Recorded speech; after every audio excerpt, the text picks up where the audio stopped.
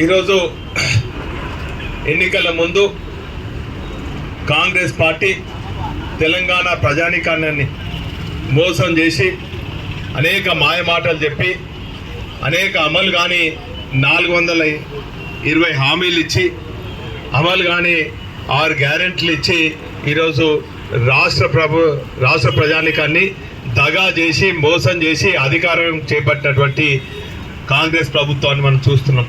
ఈరోజు మాయమాటలు చెప్పి అధికారంలోకి వచ్చిండ్రు. అయినా ఏమంటలేం, మీరు ఇచ్చినటువంటి హామీలు కూడా 100 రోజులు దాటినాకనే మేము అడుగుతున్నాం, అది కూడా చేస్తలేరు. ఈరోజు అవి కూడా అమలు చేయకుండా పర్వాలేదు, కానీ ఈరోజు కాయ కష్టం చేసి రైతన్నలు పండించినటువంటి పంటలకు నీరు ఇవ్వమనే మేము అడుగుతున్నాం. మీరు ఇచ్చిన హామీలు కూడా ఇంకా సమయం ఉన్నది, మేము ఏం నిలదీస్తలేం. ఇప్పుడున్నటువంటి పరిస్థితులలో కాంగ్రెస్ పార్టీ కావాలని కరువు సృష్టించింది.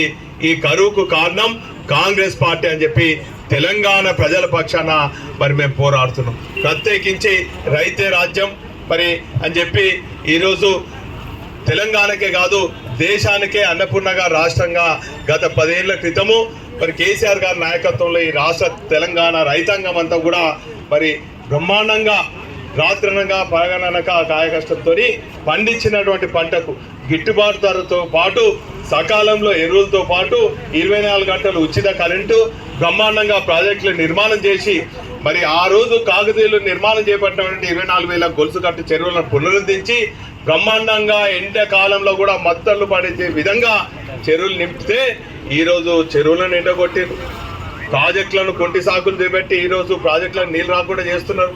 వచ్చినటువంటి నీళ్లను కూడా సముద్రం కలిసే విధంగా చేస్తున్నారు. ఈరోజు రైతాంగాన్ని మరి కష్టకాలంలో ఆదుకోవాలని చెప్పి పాపం అనారోగ్యంతో ఉన్నటువంటి కేసీఆర్ గారు కూడా గ్రామాన మండలు ఈరోజు ప్రతి ప్రాంతంలో కూడా తిరుగుతున్నారు.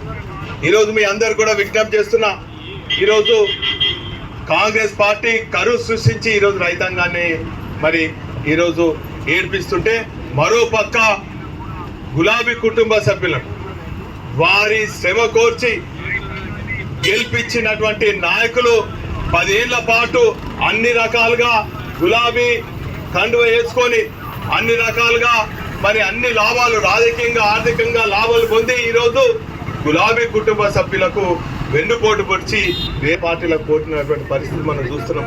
అయినప్పటికీ కూడా నాకు ఇంకా ఉద్యమ కాలం గుర్తొస్తున్నది. ఉద్యమ సమయంలో కూడా ఇక్కడికే వచ్చిన అప్పుడు ఏ ఎమ్మెల్యే లేడు, ఏ ఎంపీ లేడు, ఏ ప్రభుత్వం లేదు. ఏ పిడికాడు మండితోని ఆ రోజు కేసీఆర్ గారు బలపరిచి మీ ముందు మరి ఒక అభ్యర్థిని పంపిస్తే పెద్ద ఎత్తున నమ్మి ఈరోజు మీరు 2 సార్లు గెలిపించారు. కానీ ఈరోజు మిమ్మల్ని మోసం చేసి దగా చేసి పోయినటువంటి వాళ్లకు సరైన సమయంలో సరైన రీతిలో వరంగల్ ప్రజానికం బుద్ధి చెప్తారని చెప్పి ఈరోజు నేను ఆశిస్తున్నాను. రైతుగా చెప్తానా, ఏ రైతును నాశనం చేసడానికి వచ్చాను, రైతు సేవ చేసడానికి కాదు, రైతును ముంచడానికి వచ్చాను. చీడ పురుగు వచ్చింది, దాన్ని ఏం చేయాలంటే మన ఊళ్ళల్లో గట్టిగా ప్రయత్నం చేసి మందు కొట్టి మన పైకి తెచ్చుకోవాలి. ఈ విషయం నేను చెప్తానా. జై తెలంగాణ.